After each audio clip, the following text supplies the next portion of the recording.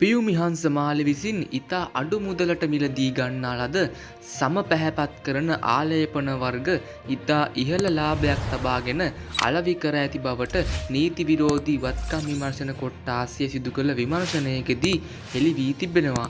ඇය විසින් අදාළ ක්‍රීම් වර්ග අලෙවි කරන ආයතන දෙකකින් රුපියල් 2000, 3000, 5000, 6000 යන මුදල් වලට ගෙන තිබෙන මේ ක්‍රීම් වර්ග නැවත ඇසුරුම් කර අලෙවි කර ඇති බවට නීති විරෝධී වත්කම් විමර්ශන කොට්ටාසය පවසනවා.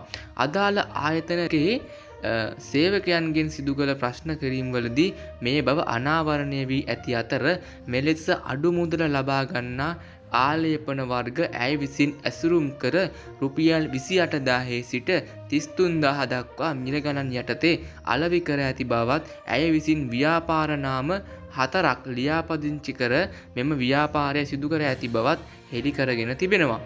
ඇය විසින් WhatsApp හා Instagram ගිණුම් හරහා එම ක්‍රීම් වර්ග ප්‍රවර්ධනය කර අලෙවි කර ඇති අතර එමගින් දිනකට රුපියල් ලක්ෂ 10ත් 15ත් අතර මුදලක් උපයාගෙන ඇති බවට මේ ව්‍යාපාරයෙන් ලද ආදායම් වලින් ඇය රුපියල් ලක්ෂ 700කට අධික වටිනාකමක් ඇති සුපෝකභෝගී ජීප් රථයක් හා රුපියල් ලක්ෂ 280කට අධික වටිනා මෝටර් රථයක් මිලදීගෙන ඇති බවය විමර්ශනවලදී අනාවරණය වී තිබෙන්නේ.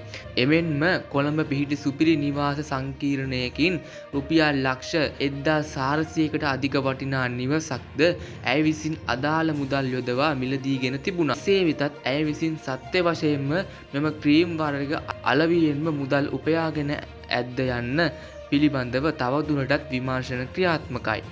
ඉතින් මේ වගේ ප්‍රවෘත්තියක් හැමතැනම යන වෙලාවේ පියුමි හංසමාලිගේ ෆෑන්ස්ලා දාලා තිබ්බේ මෙන්න මේ වගේ කතාවක්. පියුමි ෆොටෝ වලින් ක්‍රීම් අරගෙන බ්‍රෑන්ඩ් කරලා 30ට වික්ක කියන්නේ ඒකගේ හැකියාව. නමුත් තමන්ගේ පෙනුමයි හැකියාවයි බිස්නස් එකට යෙදෙව්වට වරදක් නැහැ. ඉතින් ඔන්න ඔය කතාව තමයි පියුමි හංසමාලිගේ ෆෑන්ස්ලා කියලා තියෙන්නේ. ඉතින් මේකේ ඇත්ත නැත්ත ඕගොල්ලන්ට බාරයි. අනිවාර්යෙන්ම ඕගොල්ලන්ගේ වටිනා අදහසක් පහලින් කමෙන්ට් කරන්න අමතක කරන්න එපා.